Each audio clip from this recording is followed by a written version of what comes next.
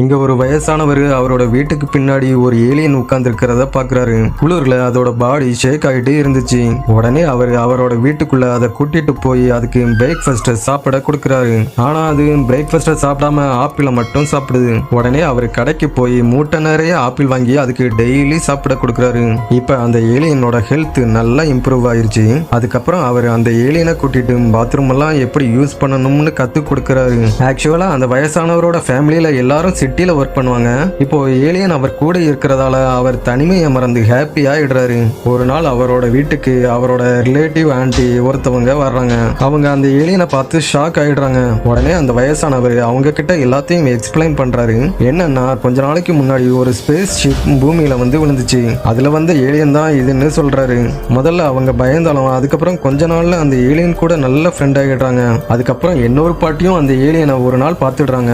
அவங்களும் அந்த ஏலியனை பத்தி யார்கிட்டையும் சொல்ல மாட்டேன்னு அவங்க கிட்ட ப்ராமிஸ் பண்றாங்க. அப்போ அந்த ஏலியன் சடனா அவங்க கிட்ட ஒரு டிராயிங்கை காமிக்குது. அதுல 7 பூனைகள் படம் வரைஞ்சி இருந்துச்சு. ஆனா அவங்க யாருக்கும் எதுவுமே புரியல. அடுத்த நாள் அவங்க வீட்டுக்கு முன்னாடி ஒரு பூனையோட டெட் பாடி இருந்துச்சு. அப்போ உடனே அந்த ஏலியன் அவங்க கிட்ட இன்னொரு படத்தை காமிக்குது. அதுல 6 பூனைகள் படம் இருந்துச்சு. அதுக்கப்புறம் தான் அவங்களுக்கு அந்த ஏலியனோட ஸ்பேஸ் ஷிப்பை ஸ்டார்ட் பண்றதுக்கு இன்னும் 6 பூனைகளோட டெட் பாடிஸ் தேவைப்படுதுன்னு ரியலைஸ் ஆகுது. உடனே எல்லா இடமும் தேடி போய் பூனைகளோட டெட் பாடிஸை கலெக்ட் பண்ணி எடுத்துட்டு வர்றாங்க. இப்போ டோட்டலா 7 பூனைகளோட டெட் பாடிஸ் கிடைச்சாச்சு. உடனே அந்த ஏலியன் அந்த பூனைகள் மேல ஒரு கிளாத்தை எடுத்து மூடுது. அப்போ சடனா அந்த கிளாத்துக்குள்ள இருந்த பூனைகள் எல்லாம் மூவ் ஆக ஆரம்பிக்குது. அதுக்கப்புறம் அந்த கிளாத்தும் அதோட மெர்ஜ் ஆகி ஒரு ரெட் கலர் ஸ்டோனா மாறுது. உடனே அந்த ஏலியன் அந்த கல்லை தூக்கி அதோட ஸ்பேஸ் ஷிப்ல வச்சதும் சடனா அது ஸ்டார்ட் ஆகிருது. உடனே ரேடார் மூலமா கவர்மெண்ட்டுக்கு சிக்னல் போனதால அந்த ஏலியனை பிடிக்க ஏஜென்ட்ஸை அனுப்புறாங்க.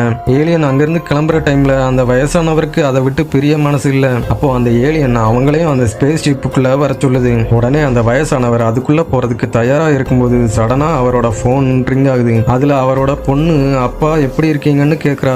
அதுக்குள்ள போலீஸ் அங்க வந்து கதவை தட்டுறாங்க. உடனே அந்த வயசானவர் வேகமா வீட்டோட பின்பக்கம் ஓடி அந்த 2 பாட்டிகளோட சேர்ந்து அவரும் அந்த ஸ்பேஸ் ஷிப்புக்குள்ள ஏறிடுறாரு. போலீஸ் அங்க வர்றதுக்குள்ள அவங்க எல்லாரும் வானத்துல பறந்துடுறாங்க.